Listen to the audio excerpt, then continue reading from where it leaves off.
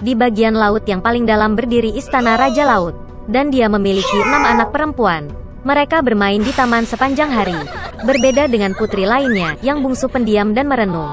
Dan namanya adalah The Little Mermaid. Yang terpenting, dia suka mendengarkan cerita tentang dunia orang. Secara tradisional, Putri Duyung hanya bisa muncul ke permukaan untuk pertama kalinya pada ulang tahun ke-16-nya. Dan sekarang saatnya melihat negeri dan putri bungsu. Dia muncul di dekat kapal, bernyanyi dan musik datang dari geladak. Ini adalah pertama kalinya sang putri melihat kapal itu. Di kabin kapal, Putri Duyung kecil melihat seorang pangeran tampan. Untuk waktu yang lama dia tidak bisa mengalihkan pandangan darinya. Tiba-tiba, badai dahsyat dimulai di laut. Kapal pangeran menabrak batu dan hancur berkeping-keping. Dalam kegelapan total, petir menyambar, dan Putri Duyung kecil melihat pangeran jatuh ke laut. Dia menyelamatkannya dengan membawanya ke darat. Segera pangeran itu ditemukan oleh seorang gadis yang lewat. Ketika dia bangun, dia tersenyum padanya dan berterima kasih padanya karena telah menyelamatkannya. Putri Duyung kecil menjadi sedih karena sang pangeran bahkan tidak tahu tentang keberadaannya. Dia menyelam ke dalam air dan berenang menjauh. Dari cerita ayahnya tentang orang-orang, Putri Duyung kecil mengetahui bahwa mereka menganggap ekor ikan Putri Duyung itu jelek. Oleh karena itu, untuk menyenangkan seseorang harus memperoleh 2 kaki. Keesokan harinya, Putri Duyung kecil pergi ke penyihir laut. Penyihir itu setuju untuk membuatkan ramuan untuknya yang akan mengubah ekor ikan menjadi sepasang kaki yang ramping. Kiprah sang putri akan anggun, tetapi setiap langkah yang diambilnya akan membawa rasa sakit yang tak tertahankan. Dan jika pangeran menikah dengan yang lain, Putri Duyung kecil akan berubah menjadi buih laut. Sebagai gantinya, penyihir itu ingin mengambil suaranya yang indah dari gadis itu. Sang putri siap untuk apapun untuk dekat dengan pangeran, dan dia setuju. Setelah berlayar ke istana pangeran di malam hari, Putri Duyung kecil meminum minuman ajaib. Rasa sakit yang tajam melanda dirinya dan dia pingsan.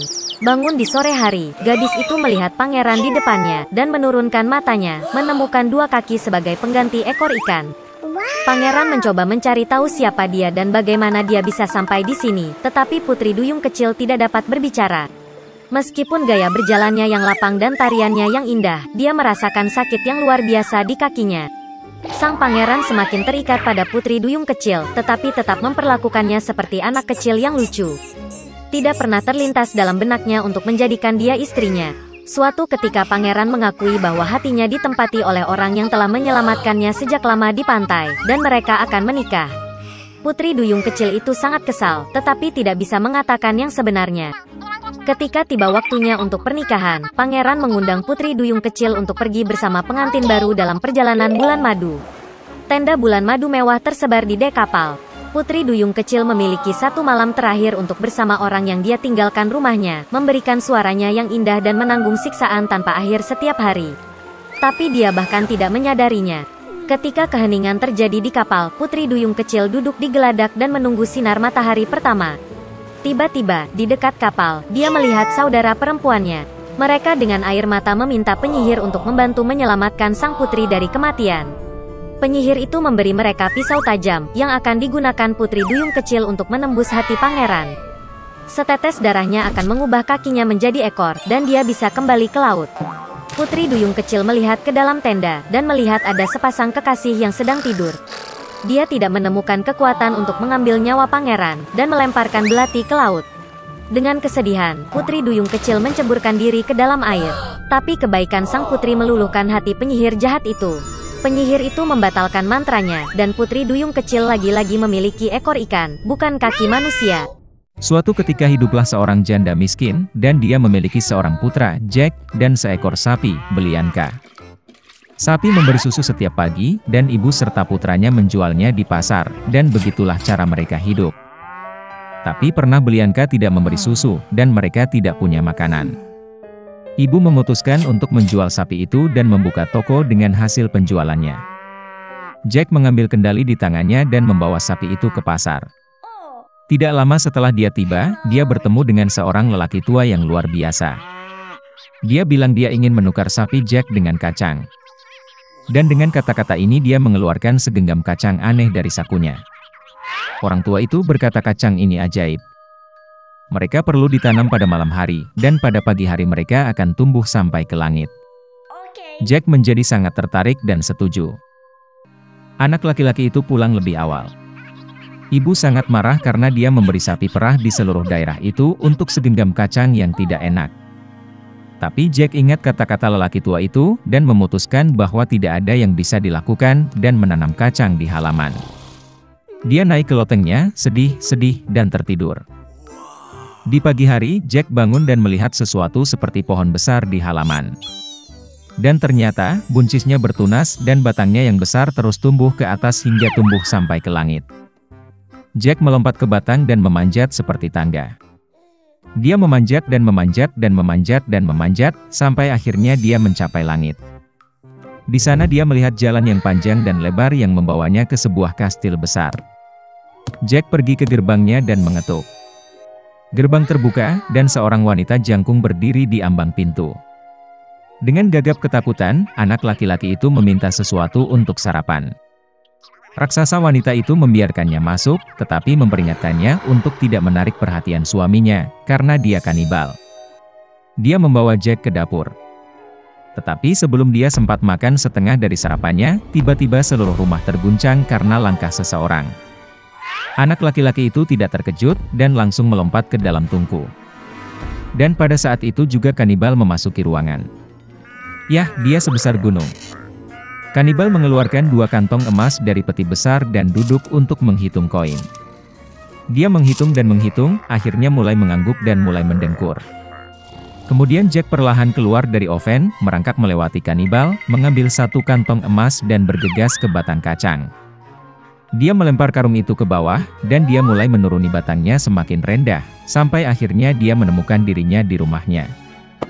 Jack memberitahu ibunya semua yang terjadi padanya, dan menyerahkan sekantong emas padanya. Mereka mulai hidup dari uang yang ada di kantong. Namun akhirnya karung itu kosong, dan Jack memutuskan untuk mencoba peruntungannya sekali lagi di puncak pohon kacang. Suatu pagi yang cerah, dia bangun pagi dan memanjat pohon kacang. Istri pemakan pria itu berdiri di ambang kastil besar. Dia berkata bahwa dia tidak akan mengizinkannya masuk, karena terakhir kali suaminya kehilangan sekantong emas. Tapi bagaimanapun juga, dia merasa kasihan pada bocah malang itu, dan membiarkannya masuk ke kastil. Tiba-tiba langkah kaki raksasa terdengar, dan Jack kembali bersembunyi di tungku. Kanibal masuk dan menyuruh istrinya untuk membawa ayam betina yang bertelur emas. Raksasa wanita membawanya, dan Ogre memerintahkan ayam untuk bertelur, dan dia meletakkan telur emas. Raksasa yang senang itu mulai mengangguk dan mendengkur. Kemudian Jack keluar dari oven, mengambil ayam emas dan bergegas ke pohon kacang. Anak laki-laki itu kembali ke rumah. Dia menunjukkan kepada ibunya seekor ayam yang enak, dan mereka mulai hidup menjual telur emas. Tetapi segera bagi Jack, tampaknya ini tidak cukup. Dan ia kembali memutuskan untuk mencoba peruntungannya di pucuk buncis. Kali ini bocah itu naik ke kastil melalui jendela. Dia melompat ke kuali tembaga dan bersembunyi. Kanibal dan istrinya memasuki ruangan. Raksasa itu mencium bau bocah itu, dan mereka bergegas mencarinya di dalam oven.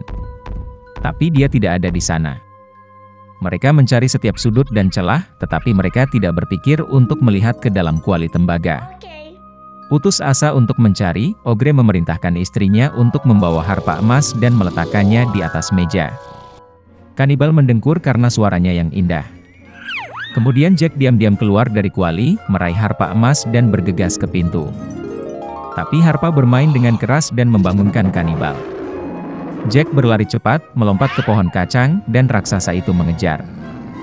Jack pergi ke rumahnya, dan berteriak kepada ibunya untuk membawa kapak. Sang ibu berlari keluar dengan kapak di tangannya, anak laki-laki itu mengambil kapak dan mulai memotong pohon kacang. Raksasa itu merasakan batangnya berayun dengan keras dan berhenti. Kemudian Jack memukul lagi dengan kapak dan memotong pohon kacang. Itu bergoyang dan roboh, dan Ogre itu jatuh ke tanah dan jatuh. Sejak hari itu, Jack dan ibunya tidak pernah mengenal kemiskinan lagi.